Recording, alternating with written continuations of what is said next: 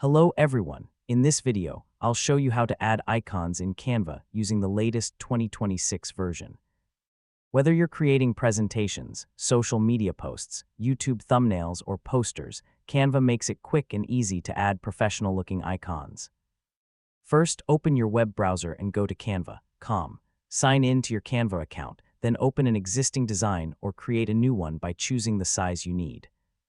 Once your design is open, look at the left-hand sidebar and click on *elements***. This is where you'll find thousands of icons, shapes, graphics, and other design assets. At the top of the Elements panel, you'll see a search bar. Type the name of the icon you're looking for, such as *arrow*, phone *camera *location *email or star, then press enter. You'll see a list of matching results. Some icons are free, while others have a small crown icon, which means they're available only with Canva Pro. Simply choose a free icon or a pro icon if you have a pro subscription. Click on the icon you want, and Canva will automatically add it to your design. You can drag it to any position, resize it by dragging the corner handles, and rotate it using the rotate control.